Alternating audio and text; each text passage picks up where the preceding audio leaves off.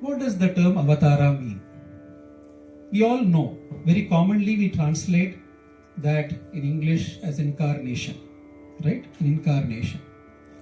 Incarnation just means that you are bringing a carnal form. That is, you are bringing a human form. That is what incarnation means. But that doesn't define Avatara. Avatara, the concept is a descent. Avatarana.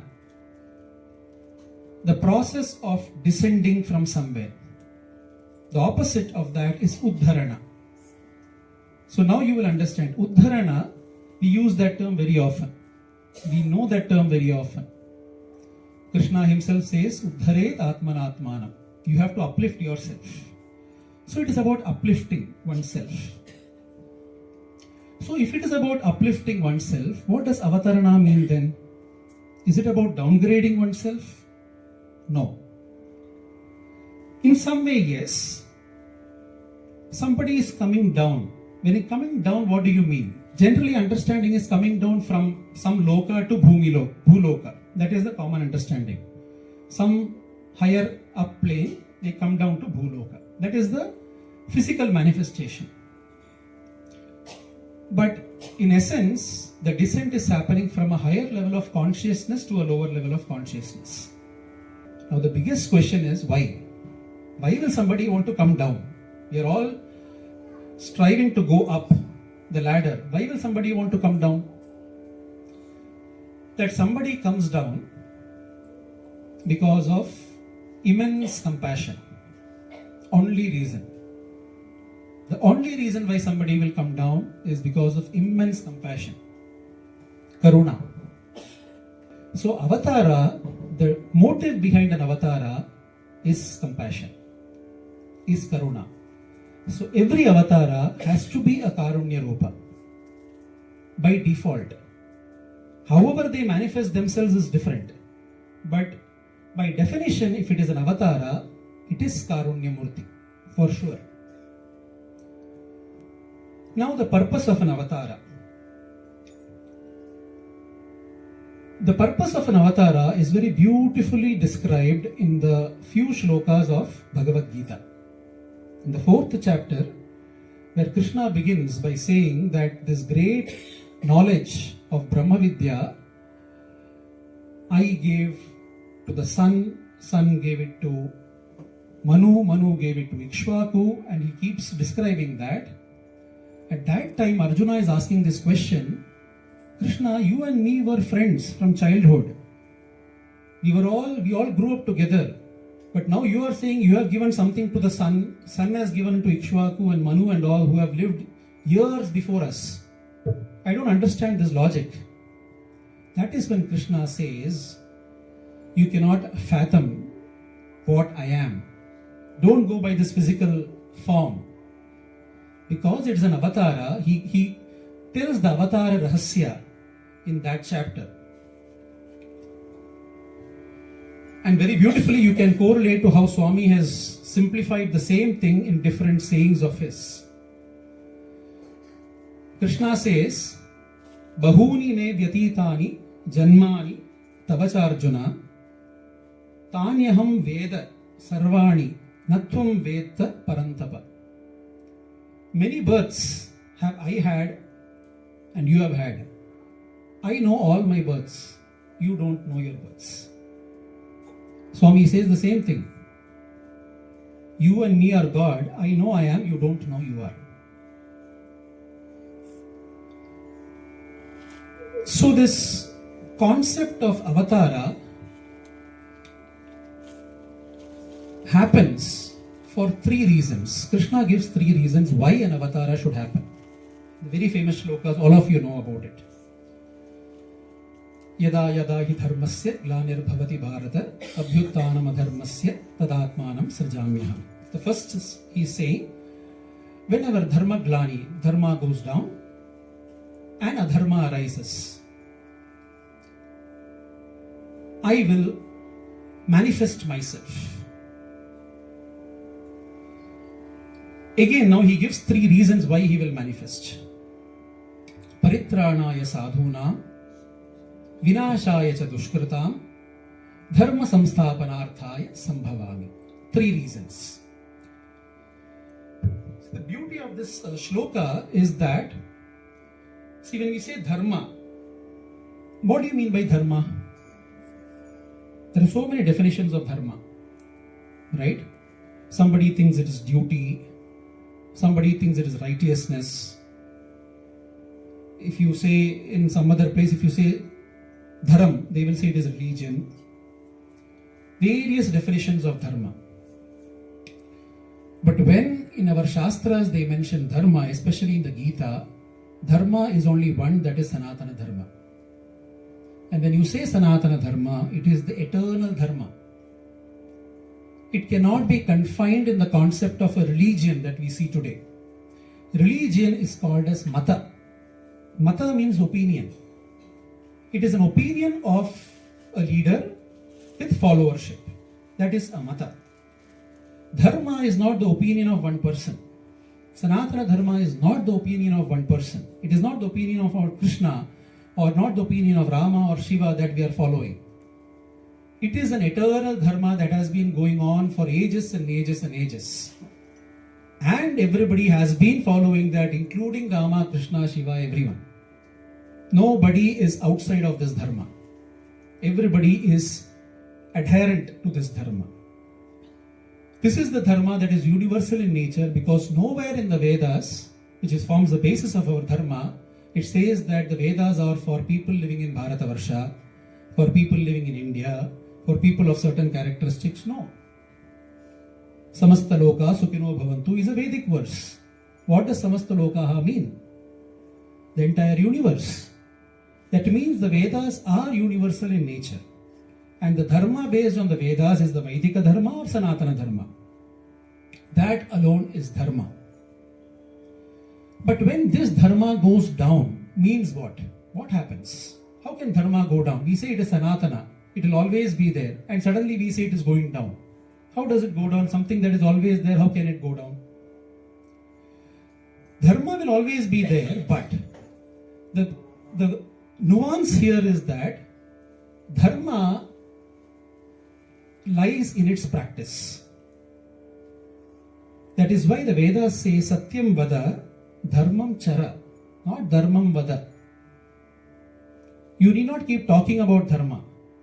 You practice dharma. Because dharma lives only through practice. You don't need to say anything. If you are practicing, the others will see you and practice.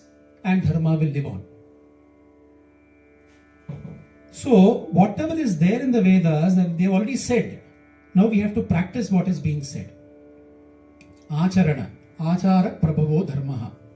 Achara is the most important. So when we say dharma goes down, dharma glani happens means what? People practicing it have reduced. Lesser people are practicing it. More people are not practicing it. They have forsaken practicing of dharma.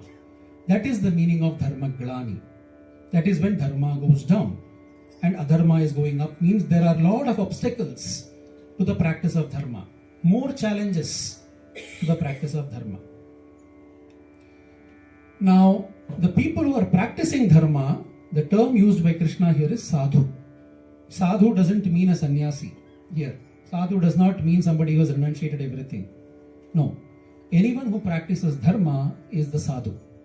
Because he or she is the light for everyone behind.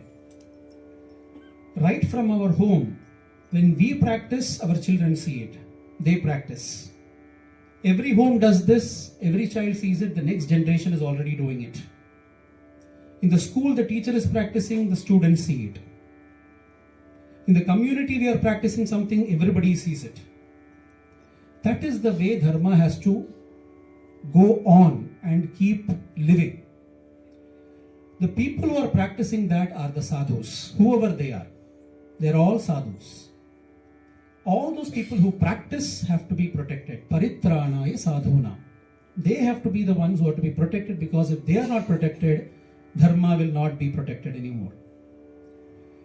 Now, why they are not able to practice dharma at times? Because there are obstacles to it. People are creating obstacles to it. All of us can understand that very well in today's times.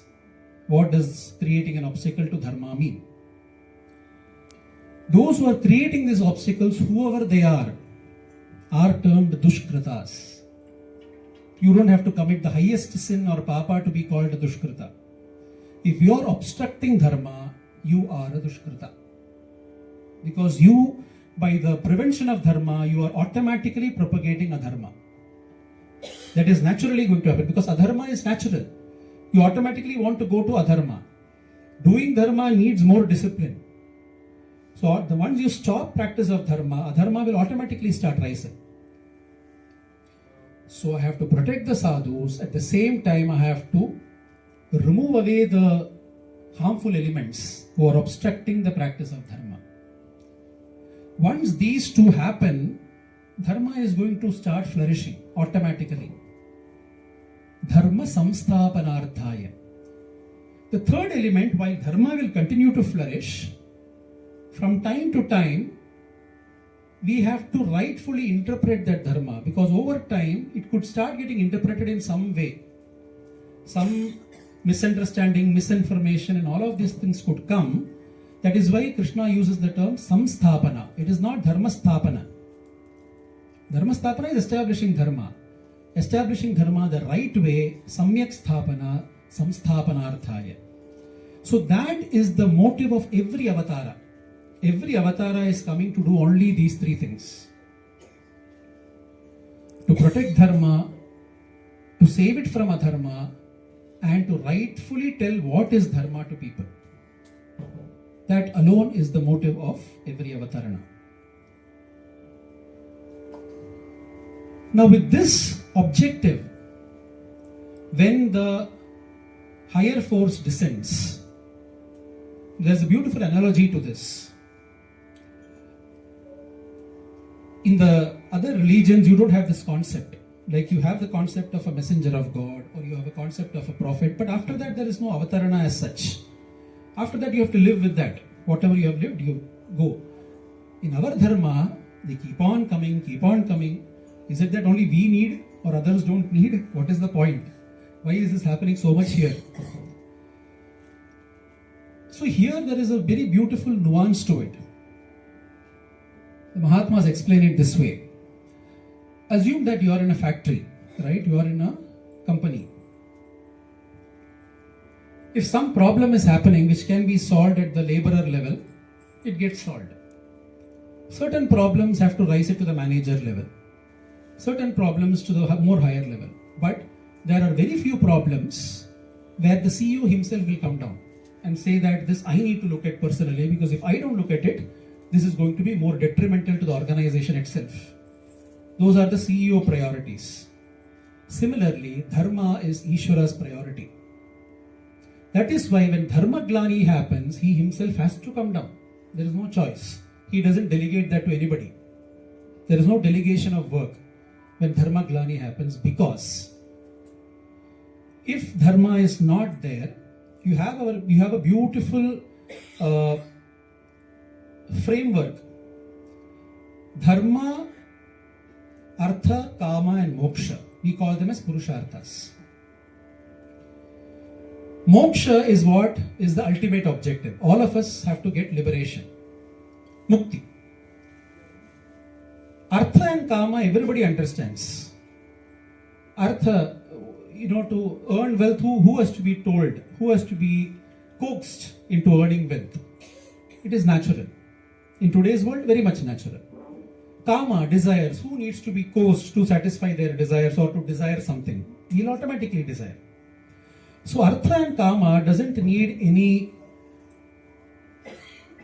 upadesha or any discipline framework. Yes, it needs to be within a particular frame, but nothing beyond that. But for moksha, artha and kama are not the path. Dharma is the starting point. So if dharma is well established, your artha and kama remain under control, and you start progressing towards moksha. You start getting refined and refined over a period of time to come to moksha. That is why the Purushartha, it begins with dharma and ends with moksha. That is our journey. We have to be in dharma and ultimately attain moksha. By the way, Artha and Kama are there in the middle. You enjoy to the extent you want to enjoy. But while remaining under the purview or boundary of Dharma and Moksha, you cannot cross these boundaries. So if Dharma is not there, Moksha is impossible and Artha and Kama will become completely out of control. That will become chaos. That is what we see in the materialistic societies. The societies which are completely materialistic without an inch of spirituality in them, Artha and Kama are abound, uncontrolled. Those societies will not progress to the next level of even art or culture.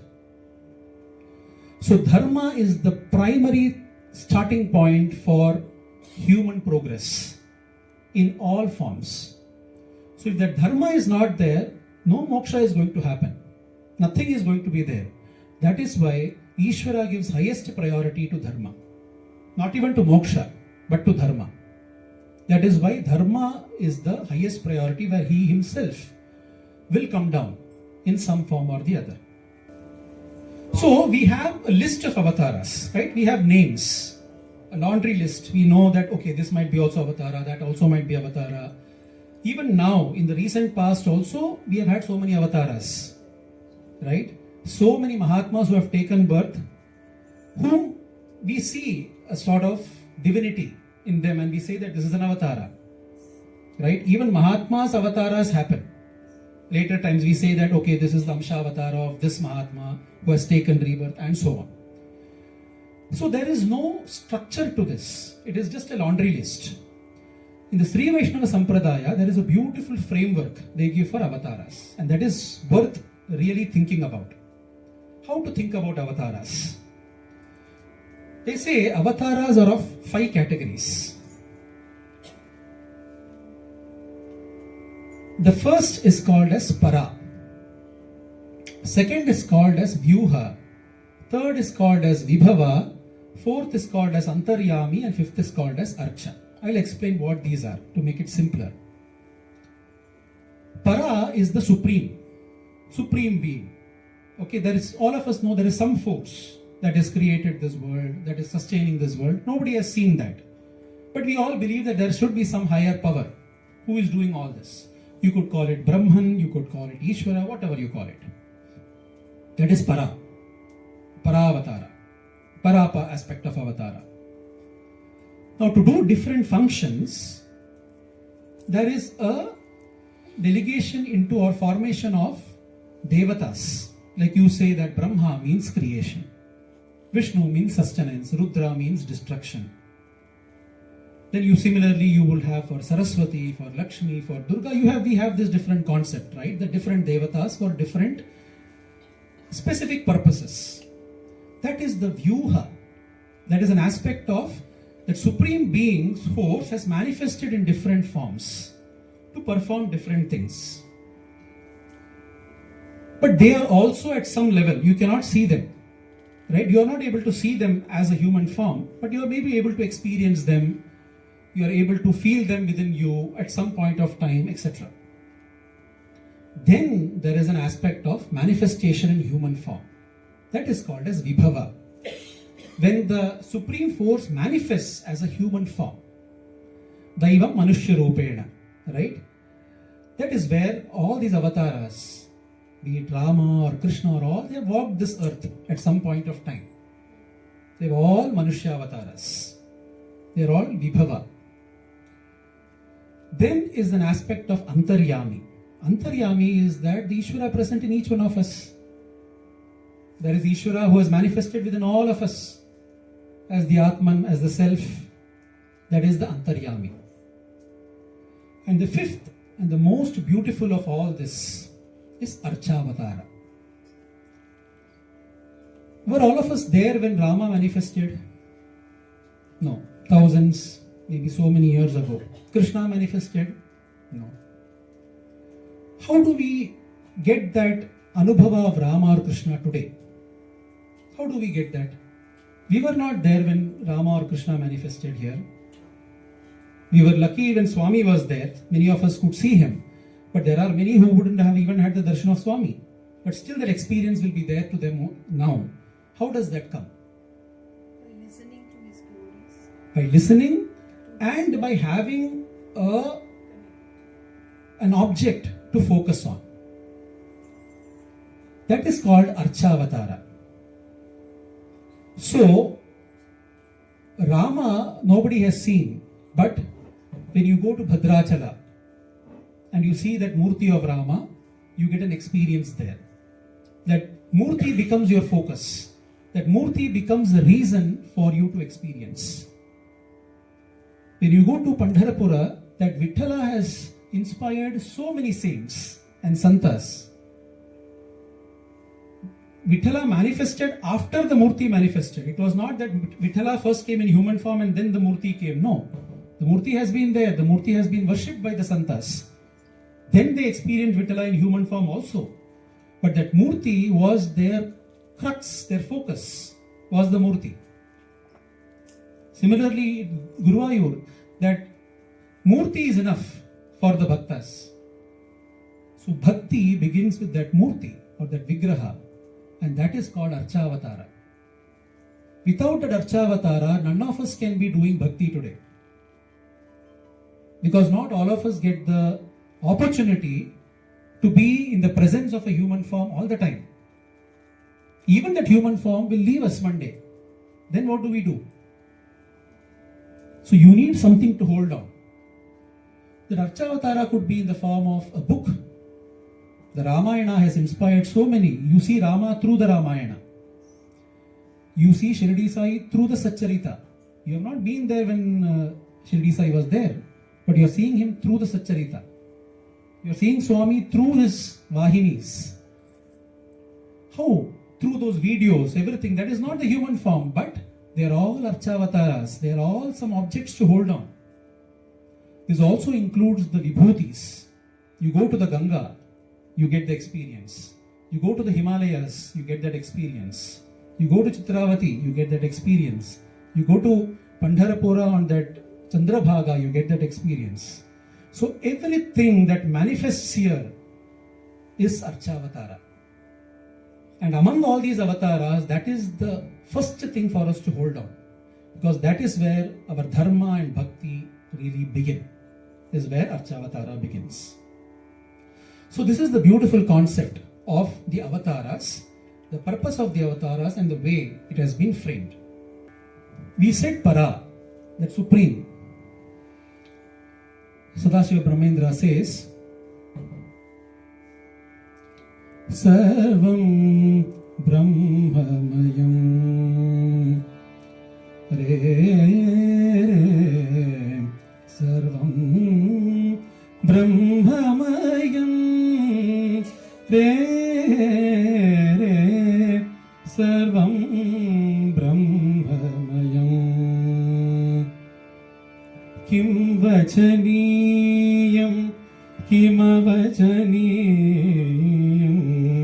Kim Vachaniyam Kim Avachaniyam Kim Rachaniyam Kim Rachaniyam Sarvam Brahmamayam.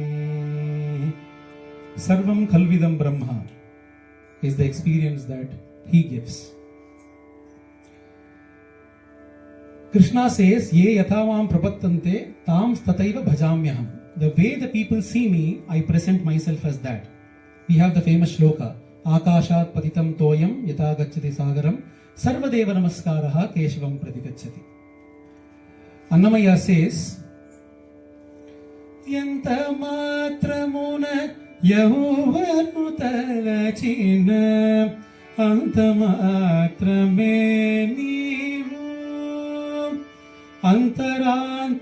అంతరాంతరములంచి చూడ పిండంతేనిప్పటి అన్నట్లు కొలుతురుమిము వైష్ణవులు కోరిమితో విష్ణుడని పలుకుతురుమిము వేదాంతులు పరబ్రహ్మం బనుచో తలతురుమిము శైవులు తగిన భక్తులు శివుడనుచు అలరి పగుడు దుర్గామాలికులు ఆది భైరవుడనుచు ఎంత మాత్రమున ఎవరు తలచిన antamatrame neevu. The way you see me, I manifest myself as that. For the Shaktas, I am Shakti. For the Shaivas, I am Shiva. For the Vaishnavas, I am Vishnu. For the Vedantins, I am Brahman. But I am that same Brahman who is manifesting in different forms. Tyagaraja Swami says, Hariyata Arulata Surulata Narulata Akhilanda Kotuladagan Darilalo Parama Mudu Veli Ge Motsata Baga Telusu Kore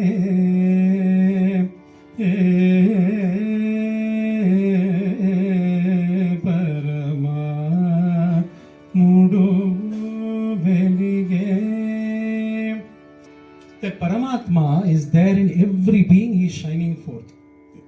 Be it Hari, be it Hara, be it Sura, be it Nara, Akhilanda Koti, that same Lord is shining forth in all of them. This Tyagaraja Swami says, a pure Pakka Rama Bhakta, he is getting that experience of that Parabrahman in everything. So that is the manifestation of one form in multiple forms, spaces and places. Even in that case, when you come to the Vibhava, as we said, so many avatars are there, be it Rama, be it Krishna. In the Krishna Avatara,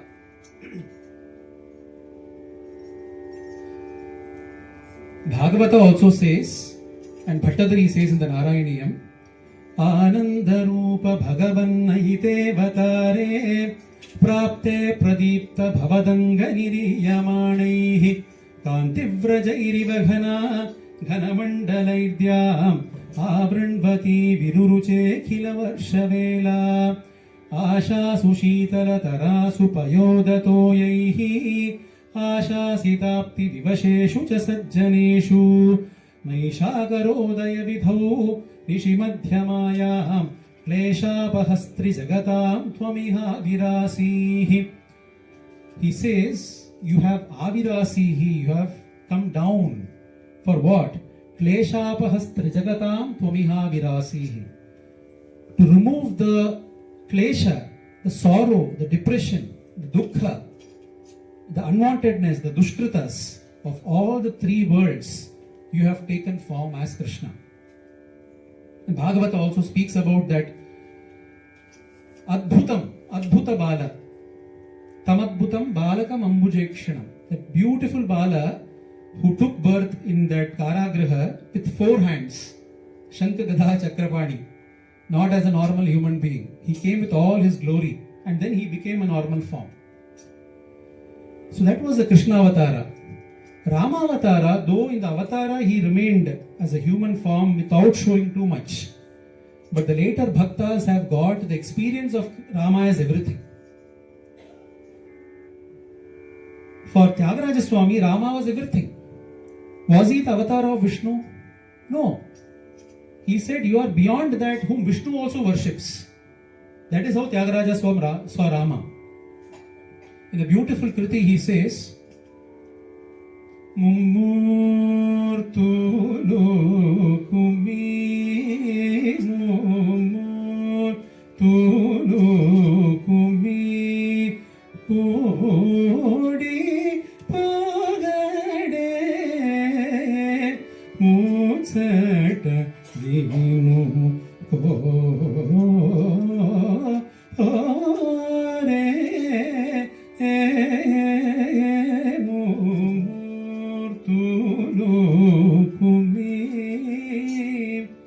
Mummurtis, Brahma, Vishnu and Shiva, together they are coming and they are discussing your greatness, O Rama. If he was Vishnu's avatara, how is Vishnu discussing that? No. For Tyagaraja, Rama is not an avatar of Vishnu. He is much beyond that. So for the bhaktas it went much beyond. He became the Parabrahman, but who had come down as a human form.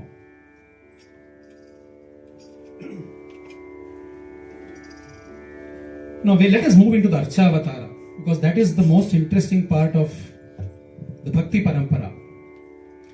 In Avatara, as I said, every bhakta has had something to hold on, some grip. You look at Tirupati Venkatesha, Balaji.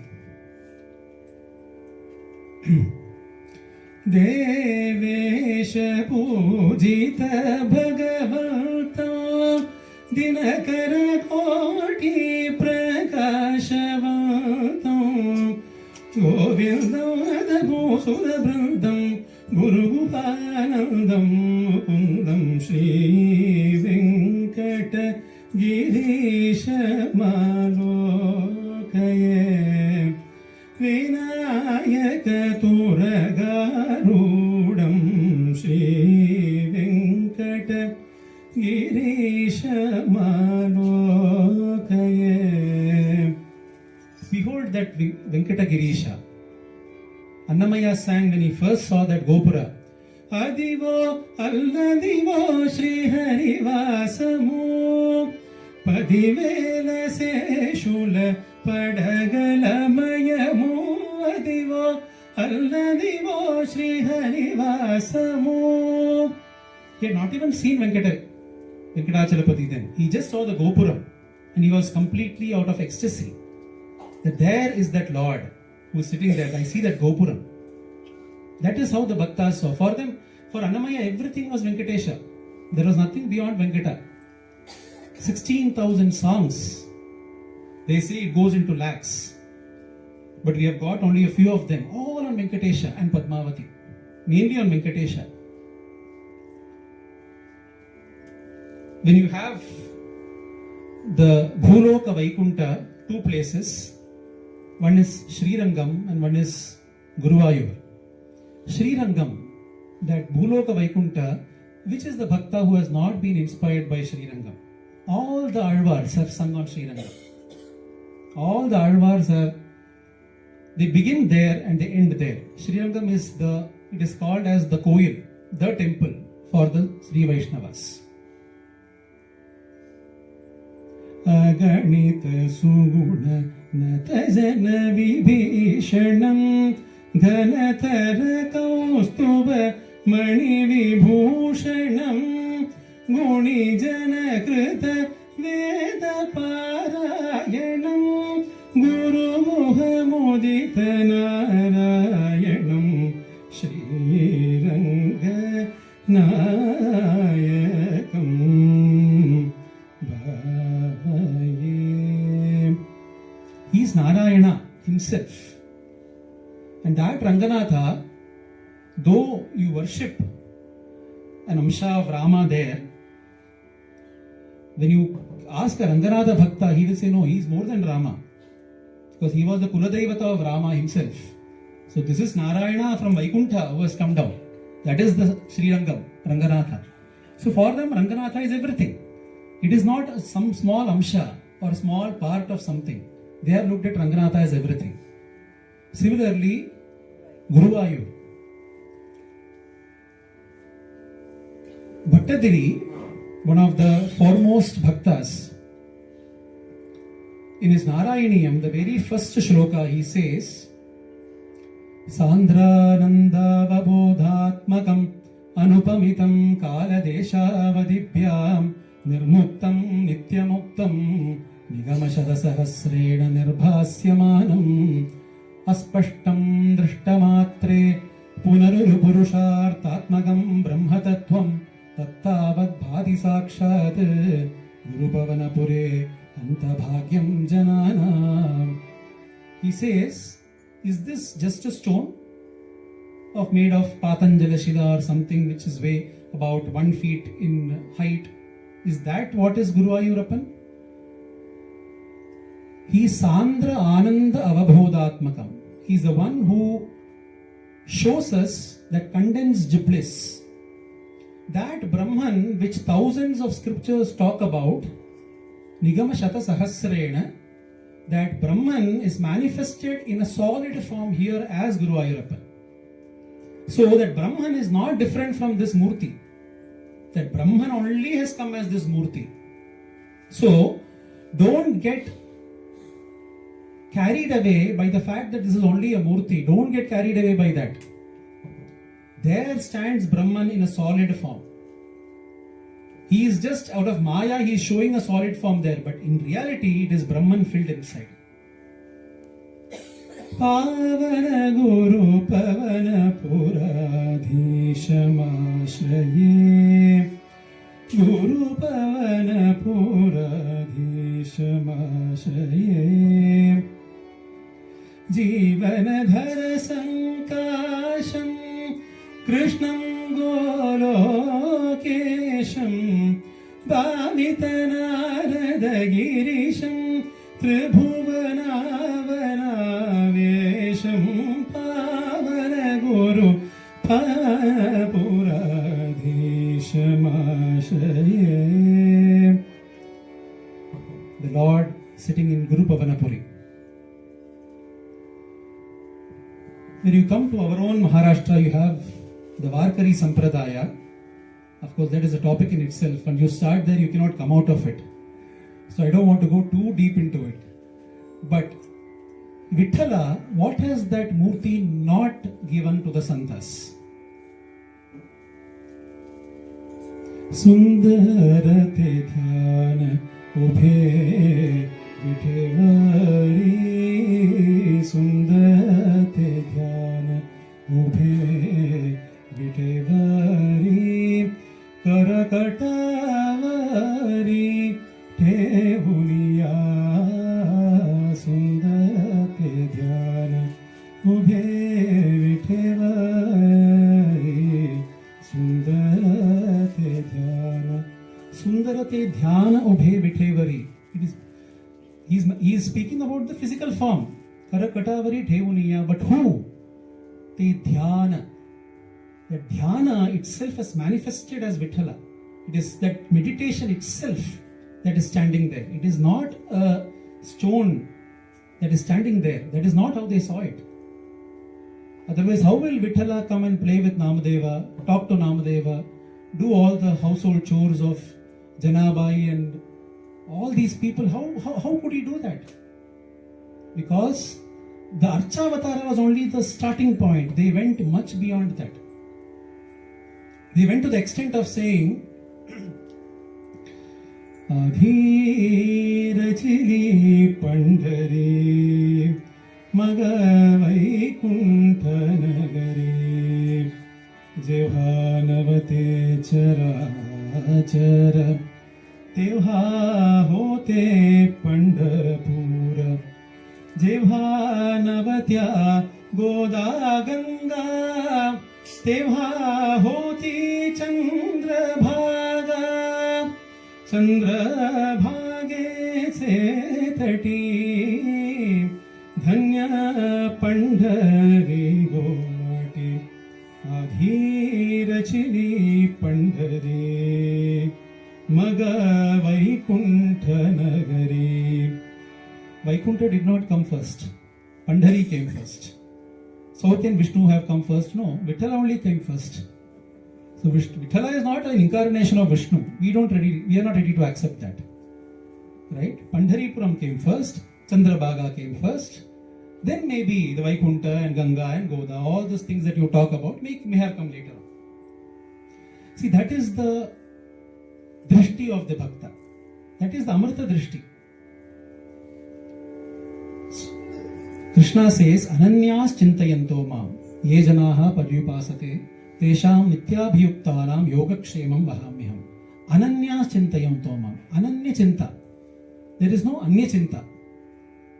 There is only one, and that is that. You talk about Shiva, fine.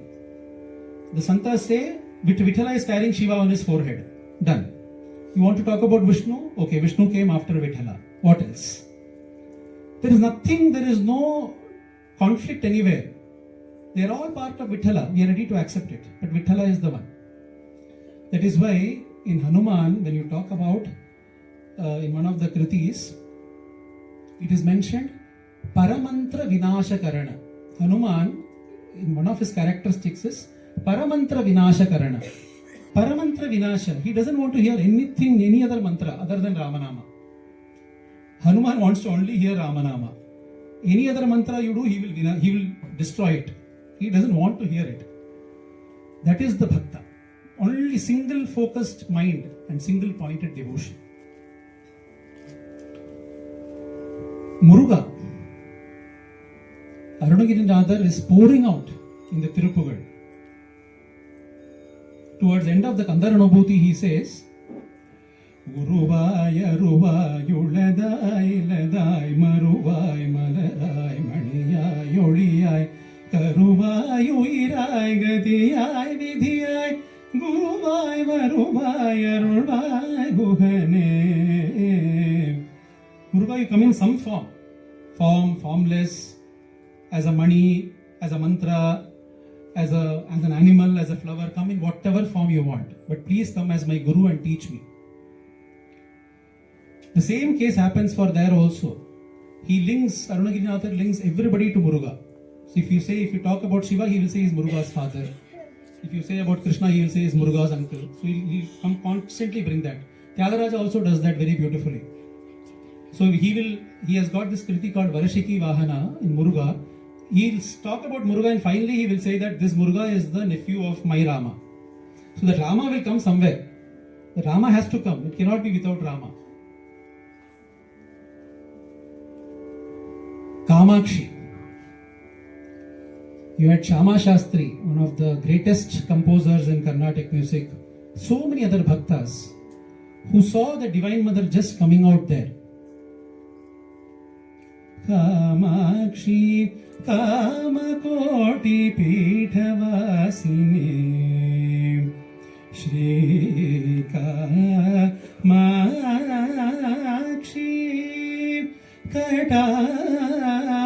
Katakshi Eka Vastuvaga Yengum Niraindaye Bhogamokshu Bhaktak Purildidum Yendantaye Eka Vastuvaga Yengum Niraindaye. You are the one who spread everywhere. That is the feeling they had of the Divine Mother there. So this kind of a bhakti parampara that we have had, every bhakta speaking about that supreme being and that's all. What about Mirabai and Krishna? All her life she only saw Krishna. And that too, that small Krishna Vigraha that she was given, that is all she knew. She hadn't even known any other Krishna. She probably went to Dwaraka towards the end of her life. That is when she saw Dwarakadhisha. Until then, who was Krishna for her? That small Vigraha in her home. That was enough. That was the Archavatara. That was the manifestation of the Supreme Being for her. Which means what? That Avatara is not necessary that it should be a generic one. It is a personal one. Ishvara comes down as an Avatara for you. Though there might be the Lord sitting there in Pandharpura, the Vithala, but your Vithala is different from somebody else's Vithala. That is the level to which bhakti has to go. Because that is my Vithala. It cannot be same as your Vithala. And that is manifesting as this Santavani. So how Tukaram saw was not the way how Ekanath saw or Jnaneshwar saw. Jnanedev Mauli is looking at it from a different view. Right? Tukaram does not look at it from that view. Each person looks at it from a different perspective. So that same Vithala is manifesting as a different Avatara for everybody. And they are showing us that through their songs. That is the beauty of the Bhakti Parampara, and that is where the Avatara leads into the Bhakti Parampara.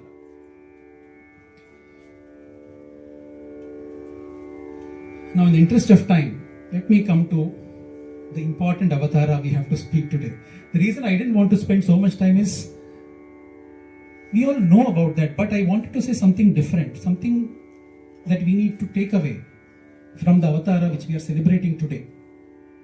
Before that, we all spoke about whomever we spoke about till now, at some level you can say that they are all devatas, they are all gods, deities. You will term them as these names. The one beautiful aspect that happens after the deities, who are also avatars, are Mahatmas, whom generally we don't put under the category of the deities, but they are the bigger avatars because they are the ones who are showing us the God also sometimes. Without them, we don't even get to that God. And that Mahatma Parampara, we have a Ratha here, right? While the concept of it, the Ratha is to take Swami everywhere, but to me, it signifies the Avatara Parampara. That Ratha means what? It is flow of time. It is flowing. Ratha is constantly moving. This Ratha has been moving right from Brahman till here. It has been constantly moving, and this Ratha continues to move. So this Ratha, in the previous forms, it has manifested as Vyasa, it has manifested as Vasishta, it has manifested as Shankara, it has manifested as Ramanuja, Madhva, Buddha. It has manifested as so many Mahatmas in the past. All of them have manifested from that same center. That is why in the Lalita Sahasranama we say Guru Mandala Rupinyai Namaha. That is one of the namas of Lalita. She is the form of Guru Mandala. It is a mandala, it is a congregation from which gurus keep coming as avatars. But the beauty is that every avatar, every Guru Avatara is different. Because the objective, as I said earlier, is only three. Paritranaya sadhuna, vinashaya chadushkritam, dharma samsthapanarthaya. And luckily, during Krishna and Rama, they had some strong asuras to fight, like Ravana. Nowadays, it is very difficult to even distinguish between Rama and Ravana. So, whom do we fight? Right? It becomes multiple personality disorder then. Right? Part of me is Rama and part of me is Ravana. So, the need of the hour is not avatars like Krishna and Rama. These avatars like Bhagavan. They don't come with 6 hands, with all the ayudhas. That is not needed now. Probably we will not even give them credit nowadays if they come like that. We will call them as a abnormality, a dysfunctional. So, that avatara knows how to come. That is why if you look at, especially if you look at the last 150 years, and this is worth looking at, the kind of Mahatmas who have taken birth in Bharatavarsha. You can start right from Ramakrishna Paramahamsa onwards, Shirdi Sai. They've all, actually if you look at their timelines, they've all been contemporaries at some points or other. And they've all mushroomed in different parts of Bharatavarsha. Ramakrishna Paramahamsa, it is said, Sthapakaya cha dharmasya sarvadharma swarupine avatara varishtaya Ramakrishnaya te namaha. Sort of beginning of the Avatara Parampara started with Ramakrishna Paramahamsa, who of course, his life history is another beautiful one. You know, he experienced Brahman through every means. He said, if it is Christ, let me experience through that also. If it is prophet, let me experience through that also. Everything he said, and then finally he came back to his Kali. But he had done everything. And so on, that Parampara, then Shirdi Sai. Then you had the Shankara Paramparas were following, the Ramanuja Paramparas. You had great Mahatmas coming there. Like you had Mahaparivar, Chandrasekhara Saraswati Mahaswami, Chandrasekhara Bharati Mahaswami in Sringeri. You had Ramana Maharshi during that time. And then you had our dear Bhagavan. So if you look at that 100 years, it was rich with Mahatmas. And all of them came when? Before the independence. That was the time of conflict. Things are going, conflicting. Desha is there. Dharma has to be protected. There is invasions. People are not allowed to practice their dharma. They don't know what to do. So you have an influx of avatars coming for Paritranaya sadhunam vinashaya chadushkritam dharma samsthapanarthaya.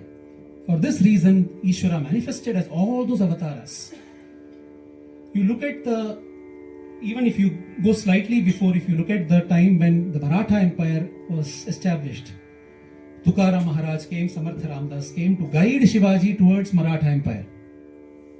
So if you look at this, it just gives you goosebumps to see how these avatars have come. They have come at the right time to do dharma samsthapana. Coming to Swami, as I said, Swami was definitely smart enough to say that I don't want to come with all these paraphernalia, but his is an avatara which is distinguished from the other avatars. Many of the other avatars were jnana avatars, like Ramana Maharshi, pure jnana. You go into the jnana marga, you go there, that's all. Even if you talk miracles, he will say, forget it, it is not real. So that is jnana marga. Then you had the orthodoxy, right? The traditional paramparas where you had Mahapariyava, Chandrasekhara Saraswati, Chandrasekhara Bharati, they came in the orthodox Shankara paramparas. But you needed someone, after Vivekananda, you needed someone to be the universal guru, to say that yes, there is Sanatana Dharma, but there is a way you can enter it. There is a way you can go through the ladders, and then there is a way that you can sustain yourself also in that Dharma without necessarily being in the Jnana Marga or being an orthodox. Not required. How do we bring that together? That needed a different kind of avatara. That is where Swami came. Swami's avatara came. And you see, I always say this, right? We call Swami's avatara also as Purna Avatara. It is a Purna Avatara. Why was it Purna Avatara? Krishna was called that Purna Avatara. But during Krishna's time, as I said, he came with all Mayas. Why? See, Ishvara, when he comes down, Ishvara's Shakti is Maya. He can come down with that Shakti if he wants to. Some avatars decide not to do that. They don't want to create Maya, so they just go with the Jnanopadesha. But some avatars come with the Maya. Krishna came with Maya. So for people who had to be deluded in Maya, he did that. For people who had to be taken the other side, he did that. Same way, Swami came with his power of Maya. He came with Ishvara, with Brahman and Maya together. That is why you see the beginning of an induction into the Satya Sai thought process. For many people it is a miracle has happened. They see some manifestation and they are like, wow, something is there. Let us go. Swami knows. He's creating that Maya. He's using his power of Maya there. And he's saying, okay, come this side. Through Maya. You are still in the level of Maya. But the problem is if you remain in the level of Maya till the end. That is the problem. Swami is using it at his beginning point, the starting point. Bhajans. We love the bhajans. We love to sing those bhajans. Swami says, good, sing. Sing those bhajans. But at some point, think what you are singing. See, if you want to go to the other side, through bhajans, bhajan as a sadhana, when do you want to use that? When do you want to stop saying that, okay, bhajans is only about the shruti and how am I singing and how many sangatis am I singing? And when do I move to say bhajan is a sadhana? He said seva, service, important. So people said, yes, we need to help. Manava seva, Madhava seva. It began. Then Swami said, don't just remain at the top level. See if your ego is getting effaced by service. Because that is the concept of service. That should be again used in your spiritual sadhana. It is not to say that I have participated in so many Narayana Sevas. No. Has each Narayana Seva helped you become a better person? Has helped you in your spiritual sadhana? Has your ego become lesser? That is only we will know. Nobody else can tell us. We will know that best. Whether our ego has become less or not. So Swami took through the miracles, the bhajana, the seva, and that's why I always say, Swami never said when he announced his avatara, he never said at that point of time, all of you should learn Rudram Chamakam. He didn't say that. Because that was not the point to say it. When people came into the fold, he said, now Vedas are important. Chant the Rudram Chamakam. Because Vaidika Dharma is what he has come for. Dharma Samsthapanarthaya. That is the purpose. But that purpose was given later. Because that is when you are already there. And now you can take it. And then finally he comes to the Jnana Marga. So that is why even among the Vahinis, Jnana Vahini is probably the last one which we generally will touch. Here also we are happy with the Ramayana, Rama Vahini, or the Gita Vahini, Dharma Vahini. It's all nice, good to read. Jnana Vahini, no, not now. We'll come later. But Swami says, fine, not now, but sometime please come. That is why I have come for. So the beauty is that starting with these points and then taking the Bhakta to Jnana. So if you look at the speeches of Swami, at some points that Jnana will reflect, Jnana will come. The point is, are we catching it? Have we reached there? That is the entire intelligence of Swami, that supreme intelligence manifested here into this format. That is the uniqueness I see in the Sai Avatara. And the point is, if you really look at it deeply, every word which Swami says is Vaidika. There is nothing beyond the Shastras that is being said. In the first thing itself I told you, I am God, you are God, I know I am God, you don't know you are God. Yes, for the new person it is a new thing, but Swami is saying it is already said in the Shastras. I am now telling it to you in a simpler way. So, there is a Guru who is coming with all his Ishwaratva. That is the beauty of it. He is coming with all his Maya, all the power of Maya. That is why you are able to do what Swami did. Swami is able to do. Why? Because of his power of Maya. He didn't remain confined in only the Jnana Avatara. And at the same time, he started taking people through this. So, when we look at the Avatara of Sai, we need to constantly keep this in our head. Why did this Avatara come? For what? Did this Avatara come just to show us some miracles? Just to satisfy our desires? Fine, we asked something, he gave it to me. Okay, what next? Why did he give it to you? He could have as well not given it to you. Why did he give it to you? Because he wanted you to do something more. He could have stopped there, then you would have said, okay, this God is not giving anything, I'm going away. So he wanted to take you into the fold, but for a higher purpose. What is that higher purpose? So this concept of the Avatara is what we must constantly bear in mind every time we sing anything, be it the bhajan, be it the seva. When we say, or when we sing, Ishwaramba Priyanandana, son of Ishwaramba, Sai Jaya Jagavandana. How did he become Jaya Jagavandana? Ishwaramba's son. How did he become so popular in the world? Ratnakara Kula Bhushana. Born in the Ratnakara Kula. Rajivanayana Narayana. He is Narayana himself. So don't get wavered by the fact that he was born into a small family. He was born in this place. Yes, important. But as I said, he's beyond all that. When are we going to look at that aspect? That thing has to come. It is there in our bhajans. We just have to look at it. Yuga yuga ke avatar tumi ho. This one line is enough. Yuga yuga ke avatar tumi ho. The line is simple, but is it coming in our experience?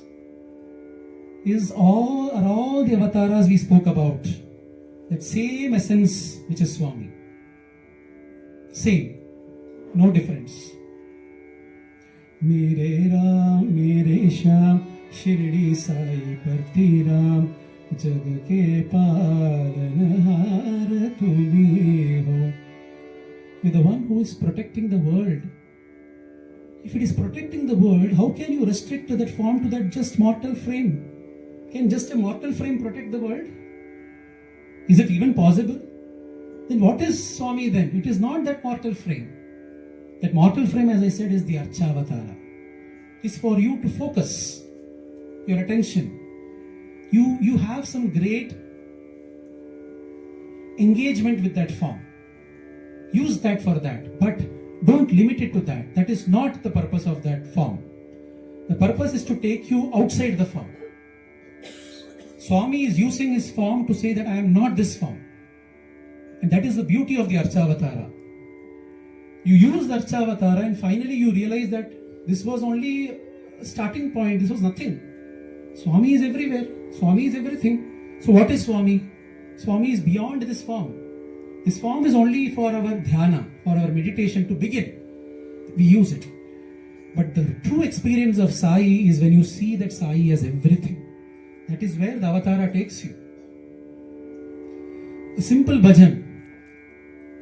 Nirupama guna sadana sadana niraja dalanayana kashayambara vesha dharana kaliyuga avatara nityaranjana nirmala charita nirupama yogendra Mahateja nataraja viraja Asha pasha nasha isha Kashayambara veshadharana Kaliyuga avatara Nityaranjana nirmala charita Nirupama yogendra Yogendra, the highest among the yogis. Mahateja Nataraja, the Supreme Parameshwara. Asha Pasha Nasha Isha. He is the one who removes all bondages and all attachments. Are we visualizing Swami as that?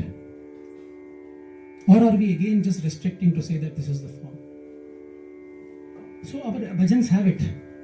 They take you from the Saguna to the Nirguna. Both are mentioned in the bhajans because only the Saguna you will like to sing. So it says, starts with the Saguna. You want to say Ishwaramba Priyanandana. So it starts there. But then it will bring you Sai Jai Jai Gavandana also. You have to pay attention there. Don't just focus on the first part of it. Another beautiful bhajan. I'm just singing lines of it just for us, so that next time when we sing this bhajan, can we recollect some of these? Sadguru Brahma Sanatana He Paramadayagana Pavana He Janmaja Dukha Vinashana He Jagatodharana Karana He Sai Krishna Janardana He Bhava Bhaya Jaladhi Tarana He Bhava Bhaya Jaladhi Tarana He Sadguru Brahma, Supreme Brahma, Sanatana, Parama Daya Ghana. I said in the beginning, the Avatara is Karuna Ghana. Karuna, compassion only. Otherwise, Avatara cannot come without compassion. The Daya, Ghana. Ghana means condensed form of Daya. If Daya is only there, there is not even one space without Daya. Parama Daya Ghana Pavana He. Janmaja Dukkha Vinashana He. Janmaja Dukkha, all the dukkhas that have been born from this Janma. Vinashana, one who can destroy it. Jagato Dharana, one who has come to resurrect, rejuvenate his entire Jagat. Jagato Dharana Karana He, Sai Krishna Janardana He. You are that Krishna, you are that Janardana, you are that Supreme Being. Bhava Bhaya Jaladhi Tarana He. You are the one who can protect me, who can make me cross that samsara. Are we seeing Swami as that? When we sing this, are we crying to Swami to say, take me through the samsara? Or are we happy just singing it and leaving it? I'm saying that at some point it must hit. Bhava Bhaya Jaladi Tarana He. When are you going to take me across the samsara? That is when Swami will manifest as that Avatara. Else he will remain in your, as Krishna says, Ye Yathamam Prapadyante. If you want to see me as the photo, I will remain as the photo. If you want to see me as a person doing miracles, I will remain there. You want to see me as the one who likes bhajans, I will remain there. If you see me as that Sarveshwara, I will be there. So it is on you to manifest that Sai that you want to manifest. That Sai is there as all of this, as Para, as Vyuha, as Vibhava, as Antaryami, as Archa.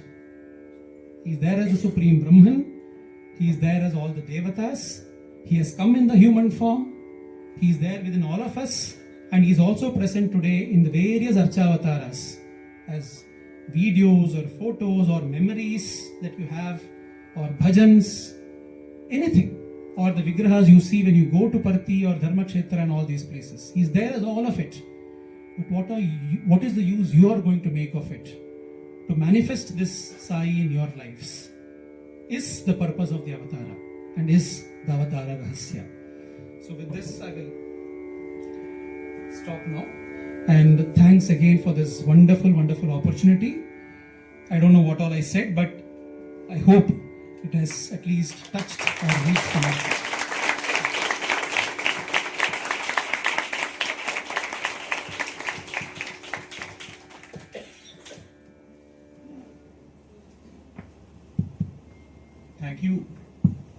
Thank you so much, Ram Kumar, for explaining so beautifully and so eloquently the concept of Avatara and the Avatara rahasya.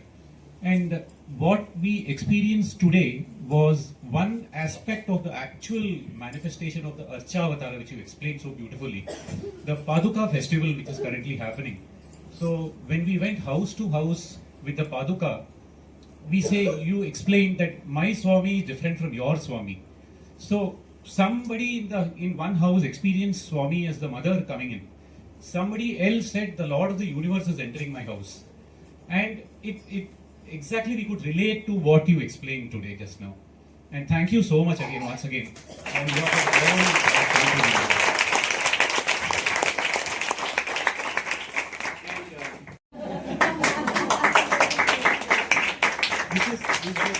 the replica of the Swami's Paduka, which is traveling all over.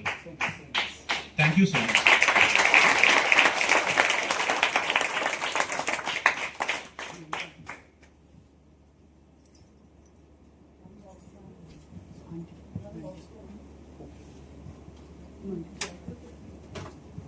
Yeah, we would like to honor Ram Kumar's mother too, with the same memento.